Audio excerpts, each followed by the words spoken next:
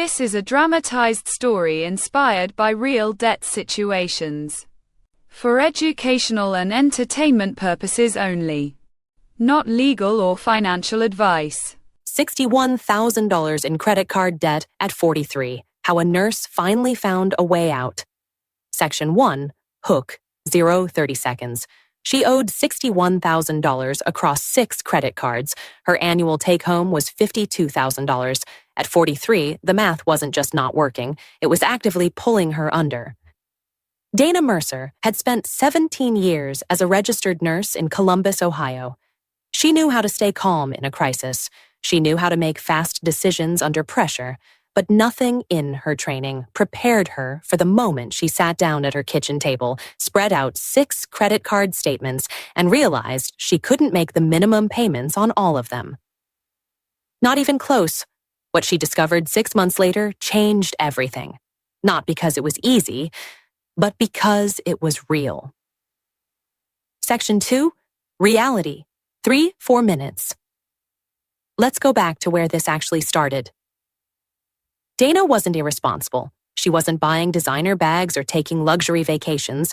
She was a single mom with a 14-year-old son named Marcus, a 2019 Honda CR-V she was still paying off, and a small 2-bedroom rental in a suburb of Columbus where rent had gone up $340 in 2 years. The debt didn't happen overnight.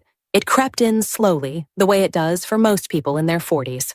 It started with the divorce at 39. Legal fees, $8,200, charged to a Chase Sapphire card because her savings account had $100 in it at the time. Then her son needed braces.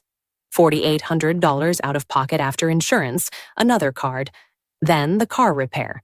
Then the week she got the flu and missed 4 shifts, and her paycheck came in $900 short, another card. By the time Dana was 42, she had accumulated debt across 6 accounts. Chase Sapphire, $14,200 at 22. 9% APR. Capital One, Quicksilver, $11,800 at 26. 99% APR. Citi Double Cash, $9,400 at 24. 49% APR. Discover It, $8,700 at 21. 99% APR. Synchrony Health Card, used for Marcus's braces, $5,600 at 29. 99% APR. And a local credit union card she'd had since her 20s, $11,300 at 18. 5% APR. Total, $61,000. Her monthly minimum payments alone added up to $1,147. Her take-home after taxes and health insurance premiums was $3,150 a month. Rent was $1,380. Car payment, $418. Car insurance, $170. Utilities and phone, roughly $310. Groceries for her and Marcus, around $480. Do the math. $3,950 minus $1,380 minus $418 minus $172 is minus $310 minus $480. That leaves $190s, and the minimum payments were $1,847. Every single month, she was $650 in the hole before she bought a single gallon of gas, or paid for Marcus's school supplies, or covered a copay at the doctor's office. And here's what made it worse. Because of the interest rates, barely any of those minimum payments were touching the principal. The $14,200 on the Chase card? She'd been paying on it for 14 months. The balance had only dropped by $310. She was running on a treadmill, and the speed kept increasing. Section 3. Emotional Crisis. 3-4 minutes. The collection call started in February. It began with the Synchrony card, the one for the braces. She'd missed 2 payments. She told herself she'd catch up. She didn't. And one Tuesday afternoon, while she was charting patient notes between shifts at the hospital, her phone buzzed with a number she didn't recognize. She answered. "Is this Dana Mercer? This is a call from a collection agency regarding a past due account. This is an attempt to collect a debt." She stepped into the supply closet and stood there in the dark for a moment, holding the phone against her chest, listening to her own breathing. She was a nurse. She helped people in crisis every single day, and she could not figure out how to help herself. She started screening every call. Unknown numbers went to voicemail, but the voicemails piled up. By March, she had 23 unheard messages on her phone. She couldn't bring herself to listen to them. At night, she'd lie in bed staring at the ceiling. She'd do the math again in her head. the same math that never worked, hoping somehow the numbers would change. They never did. Marcus noticed. One evening, in late March, he came into the kitchen, where she was staring at the laptop, a spreadsheet open, her third cup of coffee going cold beside her. "Mom, are we okay?" She looked at her 14-year-old son, this kid who already understood more than he should, and she said, "We're fine, babe. I'm just working on some stuff." She turned back to the screen so he wouldn't see her eyes.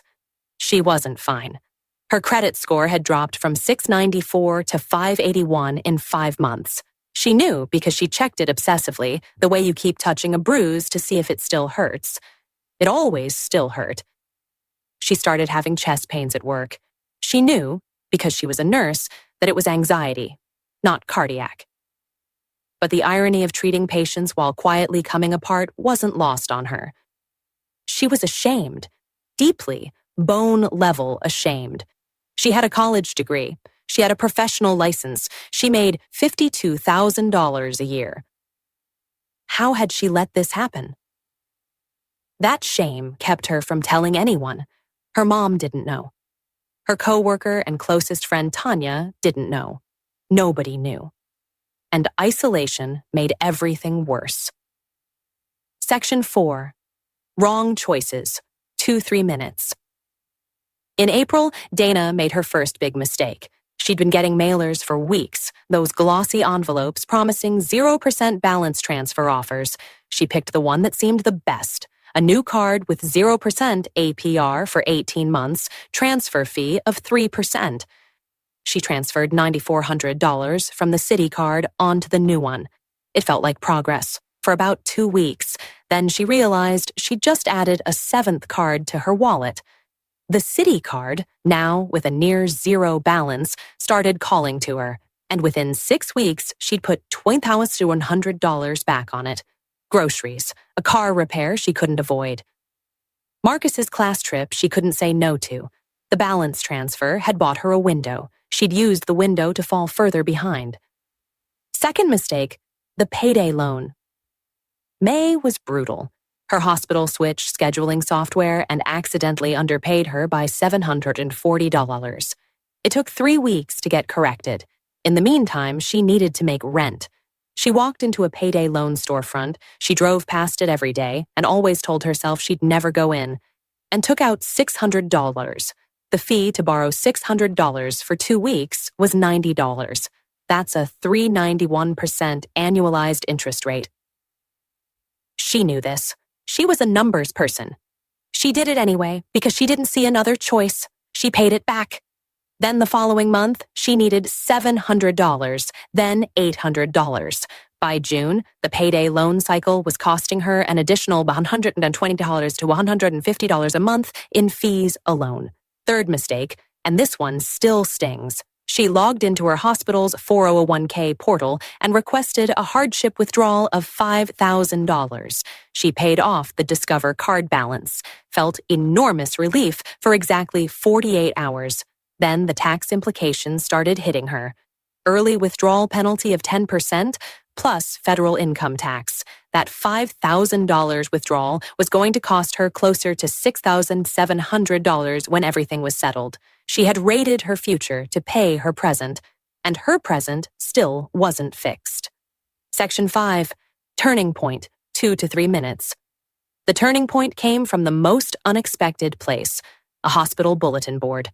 She was walking past the break room in mid-July when she noticed a flyer, the kind with the little tear-off phone number tabs at the bottom. It was from a nonprofit credit counseling agency. Struggling with debt? Free consultation. Licensed credit counselors. She almost kept walking. She'd seen ads like this before and assumed they were scams, but something made her stop. Maybe it was exhaustion. Maybe it was the fact that she'd hit a wall she couldn't climb alone. She took one of the tabs.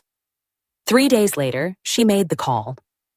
The counselor, a woman named Patricia, didn't judge her. She didn't gasp at the numbers. She just listened, asked questions, and then said something Dana hadn't expected. "You're not in an unusual situation, and you have more options than you think." Patricia walked her through what those options actually looked like. Not in a sales pitch way. in a clear, here's what exists way. They talked about a debt management plan, where a credit counseling agency negotiates directly with creditors to reduce interest rates, sometimes significantly, and you make one consolidated monthly payment to the agency instead of 6 different minimums to 6 different companies. Not the same as debt consolidation through a loan. No new credit required. They talked about debt settlement, where you negotiate to pay less than the full balance. Patricia was honest. It damages your credit score. The forgiven amount may be taxable, and not every creditor will agree. It's not a clean option, but for some people, it's the right one.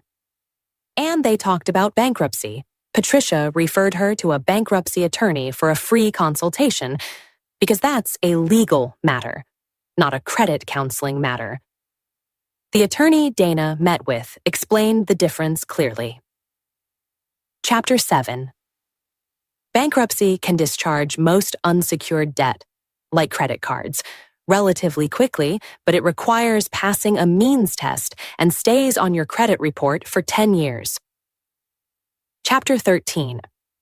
Bankruptcy lets you keep assets like your car and set up a 3 to 5 year repayment plan, and it stays on your credit report for 7 years.